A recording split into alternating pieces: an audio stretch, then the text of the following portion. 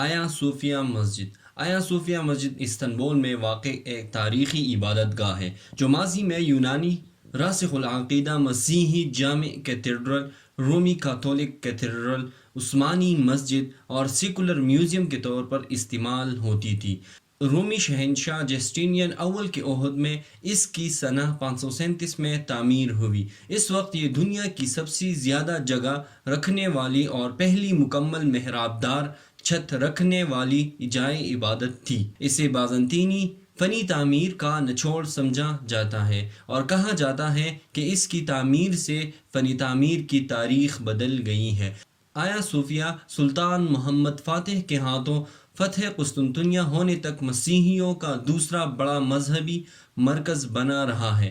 تقریباً 5ویں صدی عیسوی سے مسیحی دنیا دو بڑی سلطنتوں میں تقسیم ہو گئی تھی۔ ان دونوں سلطنتوں میں ہمیشہ سیاسی اختلافات کے علاوہ مذہبی اور فرقہ وارانہ اختلافات جاری رہے۔ مغربی سلطنت جس کا مرکز روم تھا وہ رومن کیتھولک کلیسیا فرقے کی تھی اور مشرقی سلطنت آرتھوڈوکس کلیسیا فرقے کی تھی۔ آیا صوفیہ کا چرچ یہ آرتھوڈوکس کلیسیا کا عالمی مرکز تھا۔ اس چرچ کا سربراہ جو بیتھریرک یا پیٹریارک کہلاتا تھا اسی میں مقیم تھا، لہٰذا آدھی مسیحی دنیا اس کلیسا کو اپنی مقدس ترین عبادت گاہ سمجھتی تھی۔ آیا صوفیہ اس لحاظ سے بھی اہم تھا کہ وہ روم کے کیتھولک کلیسیا کے مقابلے میں زیادہ قدیم تھا۔ اس کی بنیاد 3 صدی عیسوی میں اسی رومی بادشاہ قسطنطین نے ڈالی تھی جو روم کا پہلا عیسائی بادشاہ تھا اور جس کے نام پر اس شہر کا نام بیزنطینیہ سے قسطنطنیہ رکھا گیا تھا۔ تقریباً 1000 سال تک یہ عمارت اور کلیسا پورے عالم عیسائیت کے مذہبی اور روحانی مرکز کے طور پر استعمال ہوتی رہی۔ مسیحیوں کا عقیدہ بن چکا تھا کہ یہ کلیسا کبھی ان کے قبضے سے نہیں نکلے گا۔ اس سے ان کی مذہبی اور قلبی لگاؤ کا یہ علم ہے کہ اب بھی آرتھوڈوکس کلیسیا کا سربراہ اپنے نام کے ساتھ سربراہ کلیسائے قسطنطنیہ لکھتا آیا ہے۔ قسطنطین نے اس جگہ 360 عیسوی میں ایک لکڑی کا بنا ہوا کلیسا تعمیر کیا تھا۔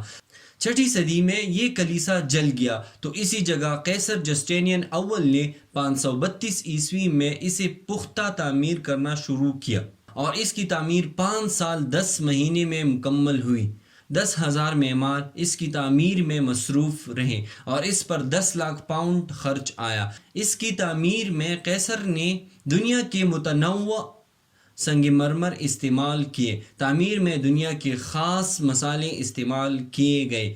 دنیا بھر کے کلیساؤں نے اس کی تعمیر میں بہت سے نوادرات نذرانے کے طور پر پیش کیے اور روایت ہے کہ جب جسٹینین اول اس کی تکمیل کے بعد پہلی بار اس میں داخل ہوا تو اس نے حضرت سلیمان علیہ السلام کے ذریعے بیت المقدس کی تعمیر پر تکبرانہ اور گستاخانہ جملے استعمال کرتے ہوئے کہا کہ سلیمان میں تم پر سبقت لے گیا۔ قسطنطنیہ پر مسلمانوں نے تقریباً 8 حملے کیے ہیں لیکن فتح صرف عثمانی سلطان محمد فاتح کو ملی۔ عثمانی سلطان محمد فاتح نے 1453 عیسوی میں قسطنطنیہ کو فتح کیا اور بازنطینیوں کو شکست دی۔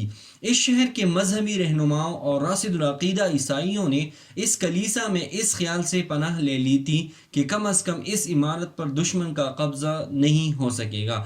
مشہور انگریز مورخ ایڈورڈ بن منظر کشی کرتے ہوئے لکھتا ہے کہ گرجا کی تمام زمینیں اور بالائی گیلریاں باپوں، شوہروں، عورتوں، بچوں، پادریوں، راہبوں اور کنواری ننوں کی بھیڑ سے بھر گئی تھی۔ کلیسا کے دروازوں کے اندر اتنا ہجوم تھا کہ ان میں داخلہ ممکن نہ رہا تھا۔ اس کی وجہ یہ جھوٹی بشارت تھی کہ جب ترک دشمن اس ستون قسطنطین ستون کے قریب پہنچ جائیں گے تو آسمان سے ایک فرشتہ ہاتھ میں تلوار لیے نازل ہوگا اور اس آسمانی ہتھیار کے ذریعے سلطنت ایک ایسے غریب آدمی کے حوالے کر دے گا جو اس وقت اس ستون کے پاس بیٹھا ہوگا۔ لیکن ترک عثمانی فوج اس ستون سے بھی آگے بڑھ کر صوفیہ کلیسا کے دروازے تک پہنچ گئے تھے۔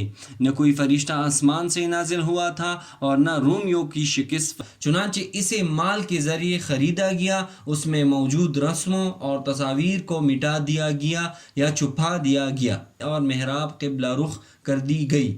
سلطان نے اس عمارت کی میناروں میں بھی اضافہ کر دیا تھا۔ اس کے بعد یہ مسجد جامع آیا صوفیہ کے نام سے مشہور ہو گئی اور سلطنت عثمانیہ کے خاتمے تک تقریباً 500 سال تک یہاں 5 وقتہ نماز ادا ہوتی رہی۔ چنانچہ سلطان نے اس عمارت کو اور آس پاس کی زمین کو اپنے ذاتی مال سے خریدا اور اس کی مکمل قیمت کلیسا کے راہبوں کو دی۔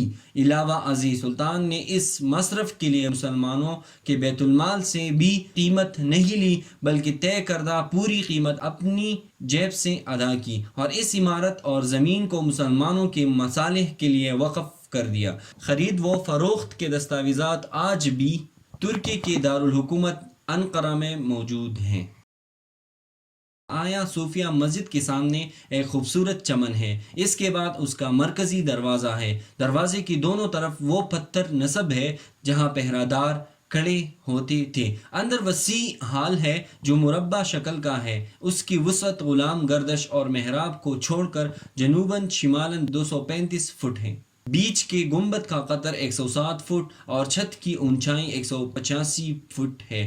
پوری عمارت میں 170 ستون ہیں۔ چاروں کونوں پر مسلمانوں نے 6 ڈالوں پر اللہ، محمد صلی اللہ علیہ وسلم، ابوبکر، عمر، عثمان اور علی رضی اللہ عنہما کے ناموں کو نہایت خوشخطی سے لکھا گیا ہے۔ اوپر چھت کی طرف بڑے بڑے خوبصورت روشندان بنے ہوئے ہیں۔ عمارت میں سنگ مرمر استعمال کیا گیا ہے۔ بے شمار تختیاں لگی ہوئی ہیں جن پر عربی خط میں لکھا اور نقش و نگار کیا گیا ہے۔ آیا صوفیہ کی عمارت فتح قسطنطنیہ کے بعد سے 481 سال تک مسجد اور مسلمانوں کی عبادت گاہ رہی، لیکن سلطنت عثمانیہ کے خاتمے کے بعد جب مصطفیٰ کمال اتا ترک ترکی کا سربراہ بنا تو اس نے مسجد میں نماز بند کر کے اسے عجائب گھر نمائش گاہ بنا دیا۔ لیکن پھر 89 سال بعد 31 مئی 2014 کو ترکی میں نوجوانان اناطولیہ نامی ایک تنظیم نے مسجد کے میدان میں فجر کی نماز کی مہم چلائی جو آیا صوفیہ کی مسجد بحالی کے مطالبے پر مبنی تھی۔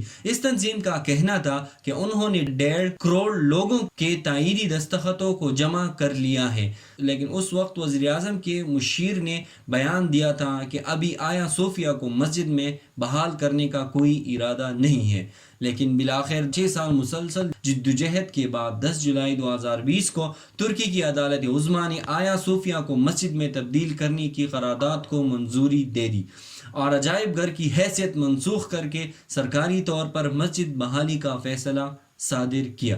بعد ازاں ترکی کے صدر رجب طیب اردوغان نے آیا صوفیہ کی مسجد بحالی کے فیصلے پر دستخط کر دی۔ ترک حکومت کی اس فیصلے پر جہاں کروڑوں مسلمان خوش ہوئے تو وہیں کروڑوں عیسائیوں نے اس پر مایوسی کا اظہار کیا اور عیسائیوں کے میڈیا سمیت عالمی تنظیمیں سراپا احتجاج ہے اور ترک حکومت پر دباؤ ڈال رہے ہیں کہ اس فیصلے کو واپس لے لیا جائے۔ دیکھتی ہے کہ ترک حکومت عالمی دباؤ کو کیسے برداشت کر سکتی ہے اور اس کے آئندہ آنے والے وقت میں کیا منفی اثرات مرتب ہوں گے۔ تو فی الحال آج کی ویڈیو میں اتنا ہی۔